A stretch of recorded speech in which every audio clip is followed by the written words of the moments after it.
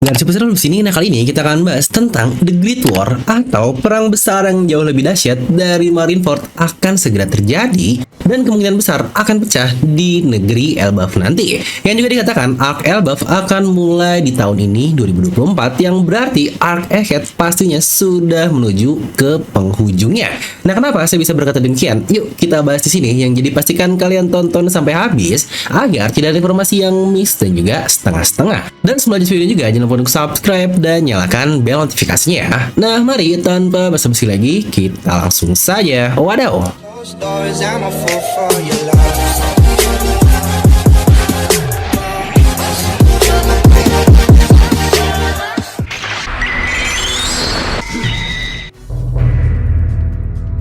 Oke, terkait Elbaf juga akan mulai di tahun ini pun sudah banyak sekali clue yang diberikan oleh Oda. Dimulai dari Jam Pesta 2024 yang diselenggarakan Desember 2023 kemarin. Di situ Oda berkata, jika Luffy dan yang lainnya berhasil keluar dengan selamat dari Pulau Egghead, mereka seharusnya akan sampai ke pulau itu. Yang tentu saja kita tahu pasti yang dimaksud adalah Pulau Elbaf. Hal ini pun mendapatkan poin lebih dari majalah Shonen Jump di awal Mei kemarin, di mana figur One Piece tentang Elbaf akan rilis di bulan November nanti. Yang bukankah ini bisa menjadi satu clue lagi nih? Apakah sebelum November semua kru sudah sampai ke Pulau Elbaf? Karena menurut saya cukup oke juga sih. Hal luar biasa terjadi di tahun 2024 ini. Karena balik lagi, tahun 2024 ini pas 25 tahun nih dari One Piece anime-nya berjalan yang bukankah rilis di tahun 99.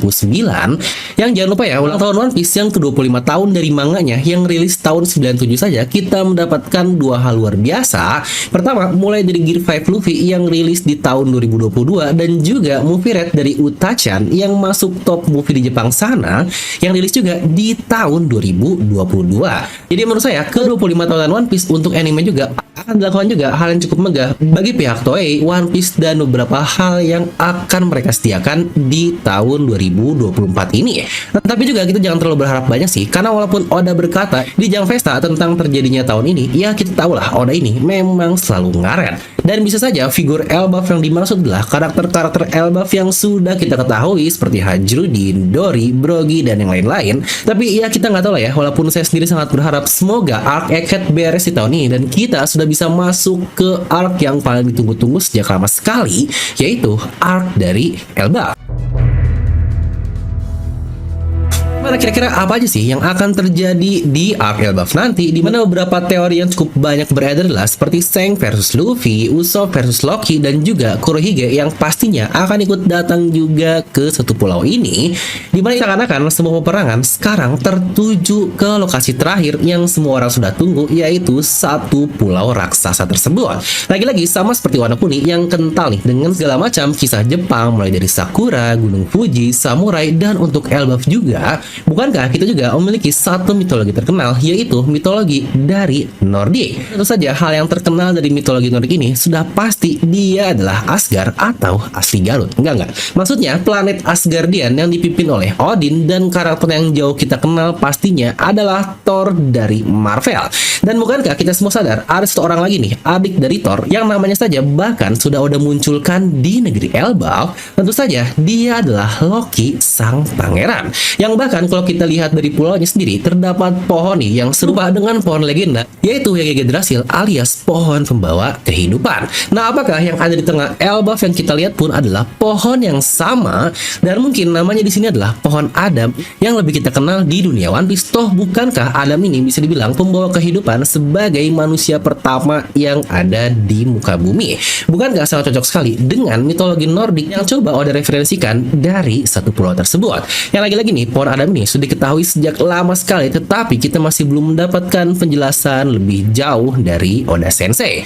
Nah, selain itu pula menurut saya Ark Elbaf ini akan menjadi satu arc penting bagi sniper kita, yaitu God Usopp. Dimana sejauh cerita berjalan pasca time skip, Usopp belum benar-benar berperan luar biasa nih selain Dressrosa saja. aja dengan sniper super duper epicnya yang kita lihat sendiri. Dan tidak hanya itu, Usopp sendiri memiliki koneksi yang sangat kuat dengan raksasa Elbaf. Mulai dari dulu nih, pertama banget dengan Dory dan Grogi, lalu juga dia yang membebaskan dalam tanda kutip alias Liberation Oimo dan Karse di NES Lobby, serta Tahajudin juga yang mengangkat Usopp bagaikan seorang dewa, yang pastinya bagi beberapa raksasa mereka menganggap Usopp sebagai Warrior of Liberation-nya sama dengan sebutan dari Nika.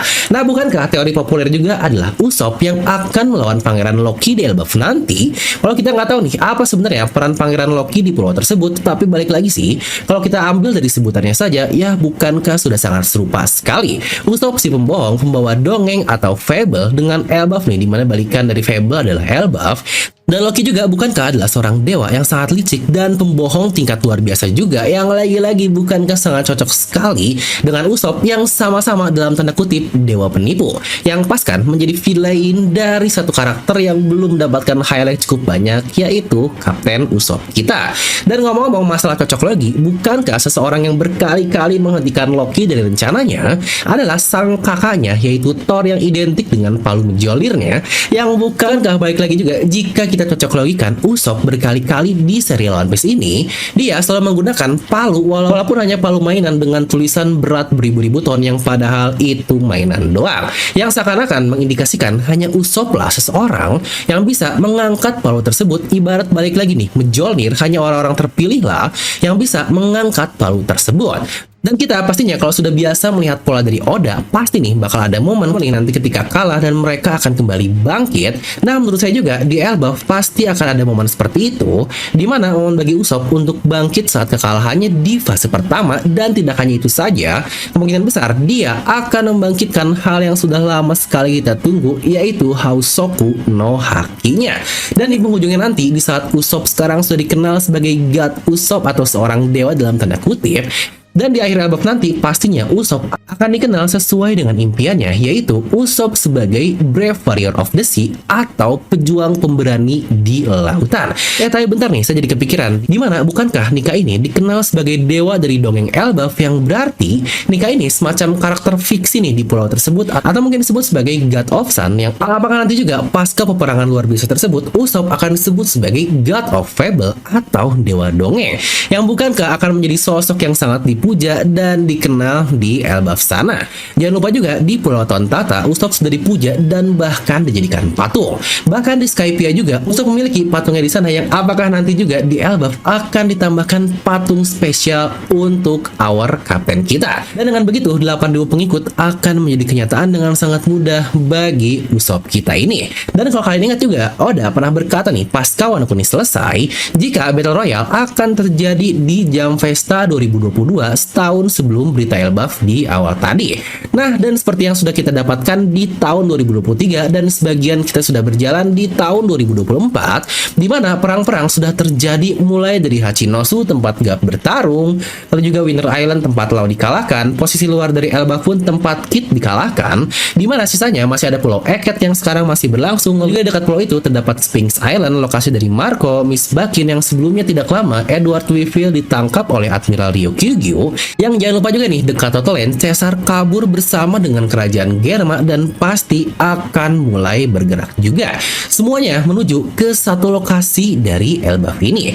Jika lagi-lagi kita menggunakan konsep Battle Royale nih, aka PUBG, Apex Legends, Fortnite, dan yang lain-lain lah, atau Free Fire nih, bocil Free Fire. Dimana bukankah terdapat lingkaran luar yang akan semakin lama semakin mengecil dan itu akan menjadi puncak peperangan.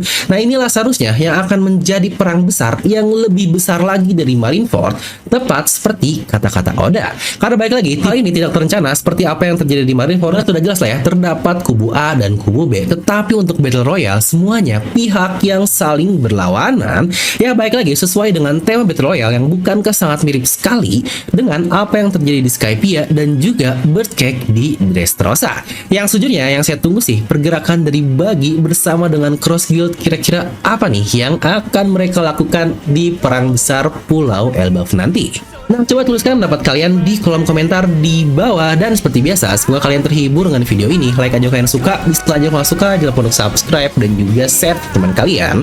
Gue Dev pamit, and I'll see you guys next time.